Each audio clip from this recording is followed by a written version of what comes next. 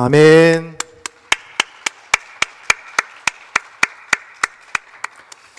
네, 샬롬 찬양대와 또 합의 찬양팀의 정성이 담긴 귀한 찬양 감사드립니다. 귀한 찬양의 고백을 하나님께서 우리 모든 공동체의 고백으로 기쁘게 받으신 줄로 믿습니다. 여러분 반갑습니다. 저는 조금 전 광고를 통해 보셨듯이 교육부를 담당하고 있는 현병찬 목사입니다. 먼저 이 시간을 빌어 여러분께 감사의 인사를 좀 드려야겠습니다. 제가 이 청년부 설교를 맡게 되면 가장 먼저 하게 되는 제 나름대로의 루틴이 있습니다. 그건 제가 가장 최근에 언제 청년부 설교를 했나 살펴보는 일입니다. 이번에도 역시 설교를 준비하면서 제가 최근에 했던 설교를 찾아보니까 올해 6월 19일이었습니다. 오병이어라는 제목으로 말씀을 전했는데요. 물론 그 내용이 전혀 기억이 나지 않으실 겁니다. 왜냐하면 저도 기억이 잘 안 났거든요. 자, 그런데 제가 말씀 후반부에 거창하고 대단한 나눔이 아니어도 아주 작고 사소한 나눔이어도 좋으니 그것부터 시작했으면 좋겠다라고 말씀드리면서 그 나눔의 시작이 교회학교 교사가 될 수 있다라고 말씀드린 기억이 생생합니다. 자, 그때가 마침 성경학교 한 달 전이어서요. 이 성경학교 동안만이라도 섬겨주실 기간제 교사를 제가 간곡하게 요청해 드렸는데 놀랍게도 그 예배 이후에 정말 많은 분들이 성경학교 교사로 지원해 주셔서 오랜만에 현장에서 열린 성경학교를 정말 사고 없이 은혜 가운데 잘 마치게 되었습니다. 교육부의 모든 사역자와 교사 그리고 아이들을 대표해서 이 자리를 빌어 다시 한번 여러분께 감사의 말씀을 드립니다. 더불어 내년도 유치부와 초등부 교사가 많이 부족하다는 점, 지금 이 순간에도 많은 청년분들이 교사에 대한 마음이 생기도록 사역자들과 부장님들이 열심히 기도하고 있다는 점 함께 꼭 기억해 주시기를 바랍니다. 2020년 11월에 아주 재미있는 캐롤이 발매가 되었는데요. 바로 래퍼 한해라는 래퍼의 마스크 크리스마스라는 제목의 노래였습니다. 다들 한해라는 가수 알고 계실 줄로 압니다. 이 한해라는 가수의 이름도 정말 독특하지만 그 마스크 크리스마스라는 제목도, 노래 제목도 정말 특이하죠. 보통 이 크리스마스 앞에는 보통은 메리라는 말이나 아니면 라스트, 해피 이런 말이 붙는데 이 마스크라는 단어를 붙인 겁니다. 마스크를 쓴 채로 크리스마스를 보내야 하는 안타까운 이 현실을 반영한 노래인데요. 자, 그런데 이 노래에 또 다른 별명이 하나가 있습니다. 자, 좀 전에 이 노래를 부른 가수가 누구라고 했죠? 한해였죠. 자, 그래서 한해가 불렀다고 해서 이 노래의 또 다른 별명은 한해만 부를 노래. 그러니까 이게 중의적인 표현이죠. 가수 한해만 불러야 되는 노래이기도 하지만 이 마스크를 쓴 채로 맞이하는 크리스마스가 올해가 끝이면 좋겠다. 이번 한 해 동안만 이 노래 부르자라는 소망으로 부른 노래가 바로 이 노래입니다. 2020년 11월에 이 노래가 나온 이후로 벌써 한 해, 두 해, 그리고 세 해째를 맞이하게 되었습니다. 제가 아주 오랜만에 코로나 확진자 숫자를 한번 설교 준비하면서 검색해 봤거든요. 최근 7일 평균 확진자 숫자가 5만 3천 명이더라고요. 자, 그런데 이 마스크 크리스마스가 나왔던 2020년 11월 확진자 숫자로 제가 한번 찾아봤습니다. 여러분 2020년 11월 그때 11월 1일 기준으로 7일 평균 확진자 숫자가 혹시 몇이나 될 것 같나요? 지금은 5만 3천 명인데 그때 확진자 숫자가 111명이었습니다. 엄청난 차이죠. 이 대림절 둘째 주를 보내고 있습니다. 성탄절은 점점 다가오지만 거리들은 정말 고요하다 못해 적막하기까지 합니다. 자, 그래도 이 신촌 거리만큼은 저희 교회 점등식 하기 전에는 정말로 화려한 불빛으로 장식해 왔는데 올해는 유난히 성탄 분위기가 나지 않는 것 같습니다. 자, 이렇게 즐거움과 설렘과 또 기쁨과는 거리가 먼 적막과 고요와 혹은 두려움 가운데 맞이하는 이 성탄절이 우리에게는 정말 어색하게 느껴질지 모르겠지만 당시 예수님께서 태어나셨던 그 첫 번째 성탄절의 모습은 바로 지금의 모습과 더 닮아 있다라고 볼 수 있습니다. 오늘 본문 1절을 보시면요, 이렇게 나와 있습니다. 헤롯 왕 때에 예수께서 유대 베들레헴에서 나심에 동방으로부터 박사들이 예루살렘에 이르러 말하되, 1절에 보면 동방으로부터 박사들이 예루살렘에 왔다라는 구절이 있죠. 자, 우리에게는 동방박사라고 알려진 이 사람들이 어디 출신인지 또 몇 명이었는지는 정확히 알려진 바가 없습니다. 자, 그러나 많은 성서학자들과 역사가들은 이 1절에 나오는 동방이란 아마 페르시아를 가리킬 것이다 라고 말합니다. 자, 페르시아에서 온 박사들이라는 뜻이죠. 자, 그리고 여기에서 박사라는 말은 헬라어로 이 마고스라는 말인데 고대 점성가를 뜻합니다. 자, 그러면 이 점성가라고 하면 오늘날로 따지면 우리가 흔히 보는 철학관이나 또한 타로점을 생각하기 쉬운데요, 이 고대 점성가는 당시 왕의 최측근이었습니다. 별의 움직임을 관측하며 하늘의 뜻을 연구했던 고위 관료들을 뜻하는 말이 즉 마고스였다는 것이죠. 자, 그리고 동방박사가 몇 명이었는가? 이것도 역시 확실치가 않습니다. 자, 그런 전통적으로는 이 동방박사들이 드린 예물의 개수가 황금과 유향과 모략 이 세 개니까 아마 3명이었을 거다라는 의견들이 있지만, 그러나 한편 이 동방박사들은 굉장히 많은 무리였을 거라는 의견도 있습니다. 왜냐하면 오늘 본문 3절에 보면 이렇게 나오거든요. 헤롯 왕과 온 예루살렘이 듣고 소동한지라. 자, 헤롯 왕은 물론이고 온 예루살렘이 이 동방박사가 왔다는 소식, 그들이 전한 이 말 때문에 소동할 정도라면 두세 사람 정도가 아니라 꽤 많은 무리가 왔을 거다라는 의견도 있다는 것이죠. 어쨌건 지금 동방의 이 페르시아에서 고위 관료들이 예루살렘에 방문했습니다. 자, 그런데 이 일이 당시에 얼마나 이례적인 일이었냐면, 말씀드렸듯이 이 동방의 박사들은 페르시아의 고위 관료들이었죠. 자, 페르시아와 예루살렘 간의 거리는요 약 1600km가 떨어져 있습니다. 자, 어느 정도인지 실감이 잘 안 나시죠? 제가 찾아보니까 우리나라에서 홍콩까지의 거리가 약 1600km 된다고 하더라고요. 자, 그렇게 멀리 떨어진 그 거리를 예루살렘에 무리지어 동방의 박사들이 찾아온 겁니다. 자, 이들이 고생을 자처하면서 별 하나만 보고 먼 거리를 이동한 데는 그들 나름대로의 이유가 있었습니다. 이 당시 세계는 이 팍스 로마나의 시대였거든요. 이 로마의 평화라고 불리는 이 시기는 기원전 27년부터 기원 후 180년까지 약 200년의 기간을 말합니다. 자, 그런데 이 로마의 평화는 로마인들만의 평화였습니다. 자, 그들만의 평화였을 뿐이지 주변 이웃 나라들에겐 그 기간이 폭력과 착취로 인한 고통의 세월이었습니다.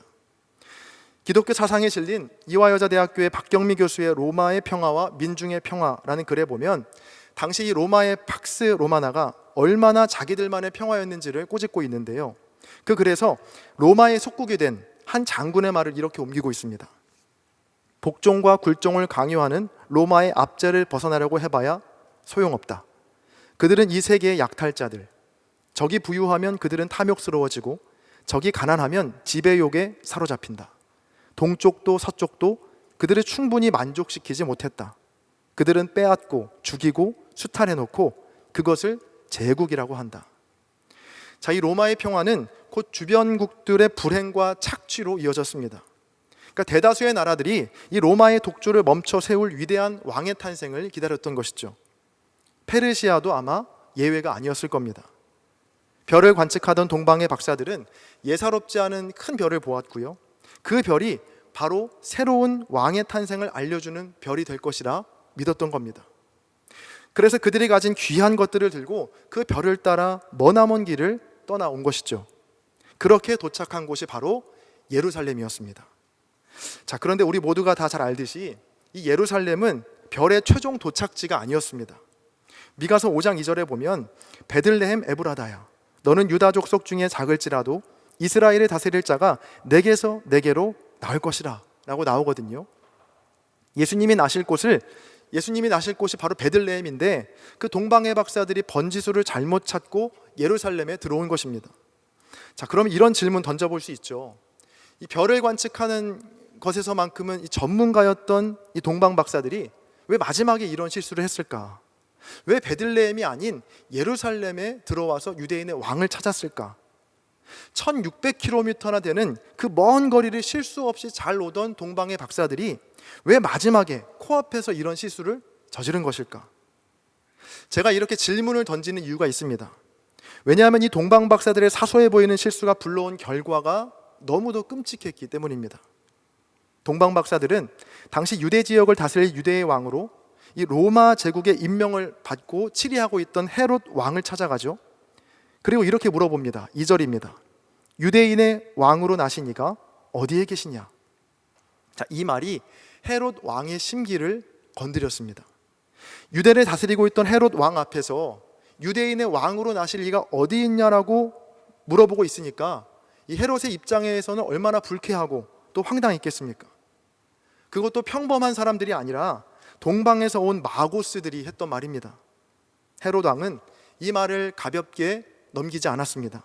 급기야 베들레헴에 있던 2살 이하 남자들을 모두 죽이게 되는 끔찍한 일을 벌이게 됩니다. 자, 그래서 묻게 되는 것이죠. 동방 박사들은 왜 도대체 베들레헴이 아닌 예루살렘에 들어갔을까? 조금만 더 신중했더라면 이 어린 생명들이 죽게 되는 일은 없지 않았을까? 자, 이 동방 박사들의 마지막에 저지른 치명적인 실수에 대해서 그 이유에 대해 성경이 말하고 있지 않기 때문에 자세히는 알 수 없지만, 그러나 충분히 우리가 상상해 볼 수는 있습니다. 여러분, 별을 따라가기 위해서는요, 보통 낮에 이동을 할까요? 아니면 밤에 이동을 할까요? 네, 밤이죠. 동방 박사들은 그렇게 1600km를 밤길을 보며 별을 따라왔습니다. 자, 그런데 어느 날 밤 그 별이 예루살렘 근처에 머물렀던 것이죠. 자, 깊은 밤이 지나고 아침이 밝아옵니다. 그 아침에 본 예루살렘의 모습은 영락없는 왕이 태어날 장소가 분명해 보였을 겁니다. 그들은 확신했죠. 바로 이곳에서 유대인의 왕이 태어날 것이다. 헤롯 당시의 그 예루살렘 성전은 그 규모가 이전 솔로몬 성전보다 더 크고 웅장했습니다. 그러니까 아침이 되어서 이 어두웠을 때는 잘 보지 못했던 예루살렘 성전의 규모와 위용을 보게 되자 동방 박사들은 주저없이 예루살렘 성 안에 들어가게 되었을 겁니다. 자, 그런데 실은 정말 이 별의 종착지가 예루살렘인지 아닌지 알기 위해서는요, 동방의 박사들은 밤까지 기다려봤어야 했습니다. 다시 밤이 될 때까지 기다렸다가 그 별이 여전히 예루살렘 위에 머물러 있는지 아니면 그 별이 다른 곳으로 이동할지 관측했어야 했죠. 자, 동방의 박사들은 이런 방법으로 지금까지 1600km를 이어온 겁니다. 자, 그런데 예루살렘 앞에서 그 과정을 생략하게 된 겁니다. 자, 왜일까요? 누가 봐도 예루살렘 성전이 유대인의 왕이 나실 곳이 분명해 보였기 때문입니다. 예루살렘에서 베들레헴까지는요, 약 9km밖에 안 되는 짧은 거리입니다. 차로 가면 많이 막혀도 20분이면 가는 아주 매우 가까운 거리거든요. 그러니까 상상해 봅니다. 만약 동방 박사들이 예루살렘에서 하룻밤만 더 기다려봤다면 어땠을까? 아마 베들레헴으로 인도하는 별의 움직임을 볼 수 있지 않았을까요? 자, 그런데 무조건 우리가 동방 박사들이 비난할 것도 안 됩니다. 왜냐하면 오늘 우리도 이런 똑같은 실수를 계속해서 반복하고 있기 때문입니다. 베들레헴이 아닌 예루살렘에서 아기 예수님을 찾았던 동방 박사들의 실수가 오늘 우리의 삶에도 동일하게 반복되고 있기 때문이죠. 오늘 말씀의 제목은 나의 베들레헴은 이라는 제목으로 잡아봤습니다. 나는 정말 주님이 계신 베들레헴을 잘 찾아가고 있는지, 혹시 동방 박사들처럼 엉뚱하게 예루살렘에서 예수님을 찾고 있는 건 아닌지 저 스스로에게 물어봤던 질문인데요, 이 물음이 이 시간 여러분에게도 동일하게 질문으로 다가가기를 소망합니다. 여기 모인 우리 모두는 예수님을 구주로 모시는 사람들이죠. 대림절을 보내며 우리가 기억하고 또 기다리는 분도 바로 다른 분이 아니라 예수님이십니다. 자, 그런데 많은 경우 예수님이라는 이름을 우리가 부르고는 있지만 작고 허름한 베들레헴 구유에 놓이신 예수님이 아니라 화려하고 웅장한 예루살렘에 계시는 예수님을 우리가 기대하고 또 기다리고 있는 경우가 많다는 겁니다. 여러분, 예수님이 계신 곳은 예루살렘이 아니라 베들레헴이셨습니다. 만약 우리가 우리 눈에 보기 좋고 화려한 예루살렘에서 기웃거린다면 우리를 기다리는 건 주님이 아니라 헤롯 왕밖에는 없습니다. 그곳에선 절대 주님을 만날 수가 없다는 사실이죠. 자, 그런데 문제는 우리는 언제나 베들레헴이 아닌 예루살렘에서 주님을 찾는다고 기웃거리고 있다라는 점입니다. 2007년 꽤 오래됐죠. 1월 12일 청바지에 긴팔 티셔츠를 입고 야구 모자를 눌러 쓴 한 젊은이가 워싱턴 지하철역에서 바이올린을 꺼내 들었습니다. 그는 바이올린 케이스를 앞에 열어놓고요, 지폐 몇 장과 또 동전 몇 개를 넣어둔 다음 43분 동안 음악 6곡을 연주했습니다. 자, 그 사이 1000명이 넘는 사람들이 그 청년 앞을 무심히 지나갔습니다. 자, 길을 가다가 멈춰서서 그 연주가의 연주를 들은 사람은 7명 뿐이었고요. 그날 바이올린 연주자가 번 돈은 우리나라 돈으로 약 3만 원 정도였습니다.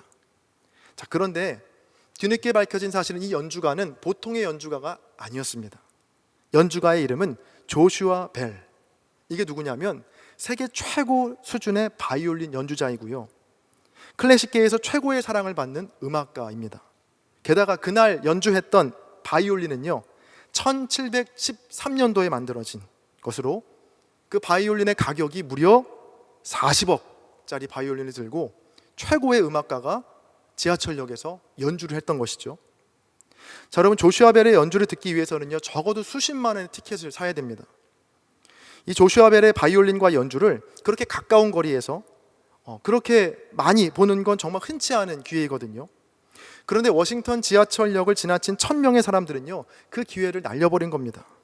왜냐하면 조슈아 벨이 설마 지하철역에서 연주할 거라고는 상상하지 못했기 때문입니다. 조슈아 벨의 연주는 비싼 콘서트홀에서나 들을 수 있는 것이지 흔한 지하철역에서 들으리라고는 누구도 상상해 본 적이 없기 때문이죠. 자, 이것은요, 바로 우리 인간의 나약함과 한계를 보여줍니다. 만약 제가 그날 워싱턴 지하철역을 지나갔더라고 해도 저는 조슈아 벨의 연주에 귀를 기울이지 않았을 겁니다.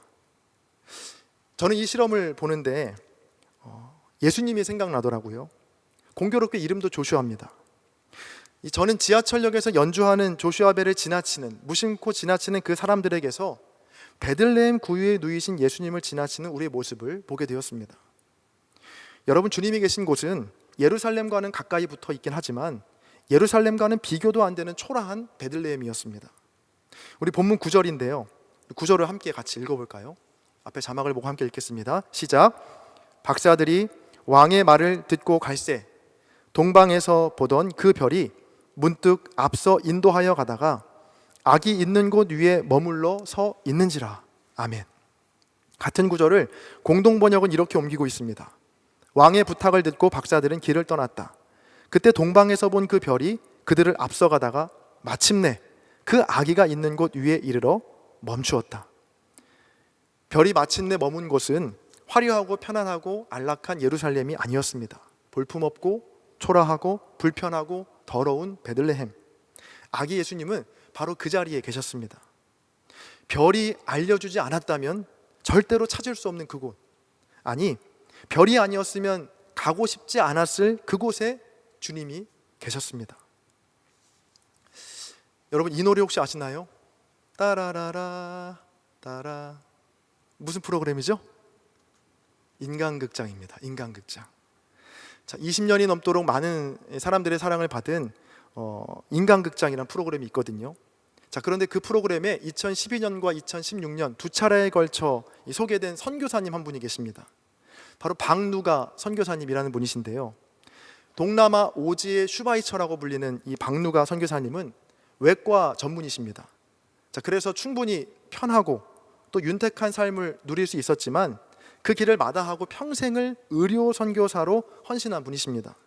자, 그것도 그냥 보통의 의료 선교가 아니라 누구도 가지 않는, 누구도 갈 수 없는 오지만을 찾아다니시며 의료 선교를 했던 분이 바로 이 박누가 선교사님이십니다. 1989년 30세의 나이에 필리핀 오지에서 선교를 시작한 이후로 60세에 하나님의 부르심을 받은 그날까지 30년 동안 오지를 떠나지 않으셨습니다. 자, 그런데 그 선교사님이 갖고 있던 질병이 굉장히 많았습니다. 장티푸스, 콜레라, 이질, 댕기열, 간염. 이건 그냥 늘 기본값으로 갖고 사셨고요. 1992년도에는 췌장암 판정을 받게 됩니다. 자, 그런데 다행히도 수술을 통해서 췌장암을 극복해냈는데 극복한 지 10년 정도 지난 2004년도에 위암 판정을 또 받게 됩니다. 항암을 위해 잠시 한국에 귀국했다가 또다시 선교지 오지로 돌아가기를 반복했습니다.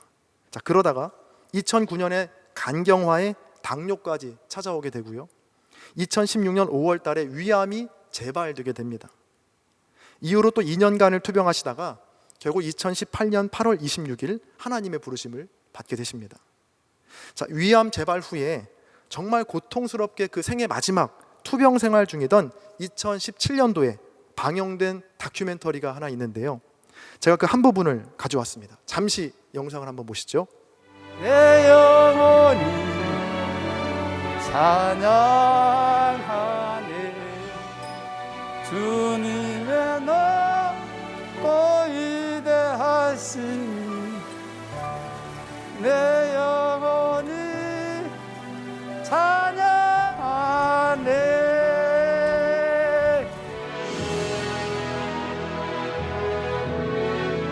이거는 있어요. 그럼 누가 다시 태어나도 이 길을 갈 것이냐 누가 질문을 하더라고요. 조금 고민했지만 지금은 다시 태어나도 나는 이 사역의 길을 선택하겠다고. 내일 죽더라도 똑같이 오늘 그냥 열심히 똑같이 일을 하는 거예요. 왜냐하면 나는 12년 동안 살려준 걸 감사하기 때문에, 난 12년 동안 덤으로 살았기 때문에 하나님이 치료하는 거고, 하나님이 치료한 거, 나는 그냥 봉사하는 거예요. 봉사하다 보면 치료는 하나님이 다 해준다는 겁니다. 얼마나 감동이에요. 얼마나 기쁨이에요. 네, 여러분, 이 세상이 보기에도, 아니 믿는 우리가 보기에도 이 박누가 선교사님의 삶은 이해 불가입니다. 자, 얼마나 힘들게 전문의 자격증을 땄겠습니까? 들인 노력과 흘린 땀방울에 대해 보상받고 싶은 생각이 왜 없었겠습니까? 자, 그러나 그는 그 모든 것들을 뒤로하고 필리핀 오지에 자리를 잡고 평생을 좁고 냄새나는 누가 선교병원에서 그 원주민들과 함께 했습니다. 다시 한국으로 돌아올 수 있는, 아니 꼭 돌아와야만 하는 이유들은 넘쳐났거든요.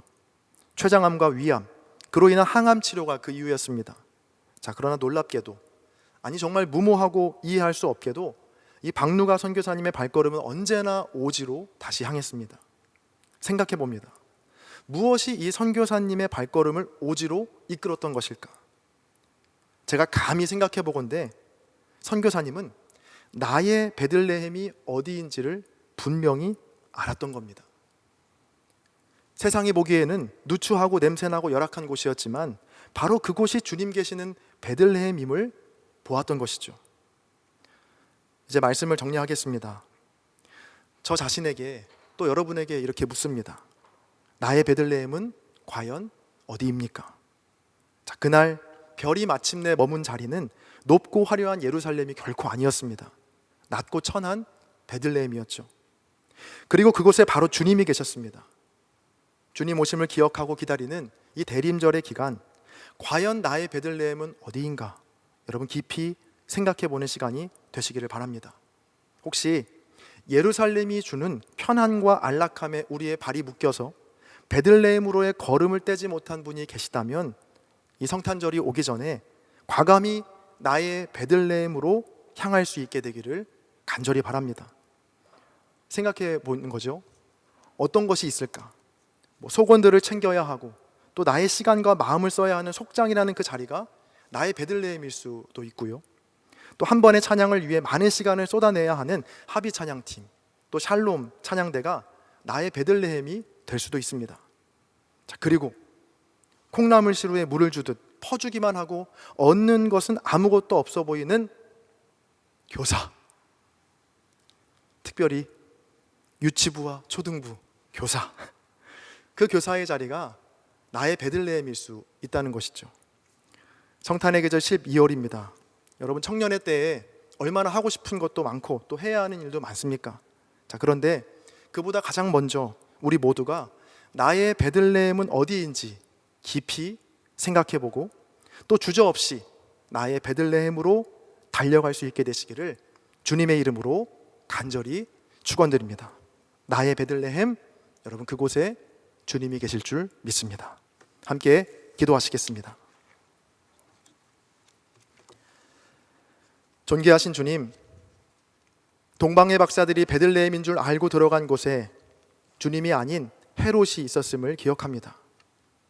주님, 나의 베들레헴에는 과연 주님이 계십니까? 나의 걸음과 나의 삶의 궤적이 낮아짐과 내어줌을 향해 있습니까? 혹 세상이 주는 안락함과 화려함에 우리의 발이 묶여 있었다면 주님, 이 시간 그 사슬을 끊어주시고 낮아짐의 자리와 내어줌의 자리를 향해 갈 수 있는 믿음과 용기를 부어 주옵소서. 그리하여 한 번뿐인 인생을 가장 값지게, 또한 가장 근사하고 아름답게 빚어가는 주의 청년들 다 되게 하여 주옵소서. 감사드리며 가장 귀하신 우리 주 예수 그리스도의 이름으로 기도합니다. 아멘.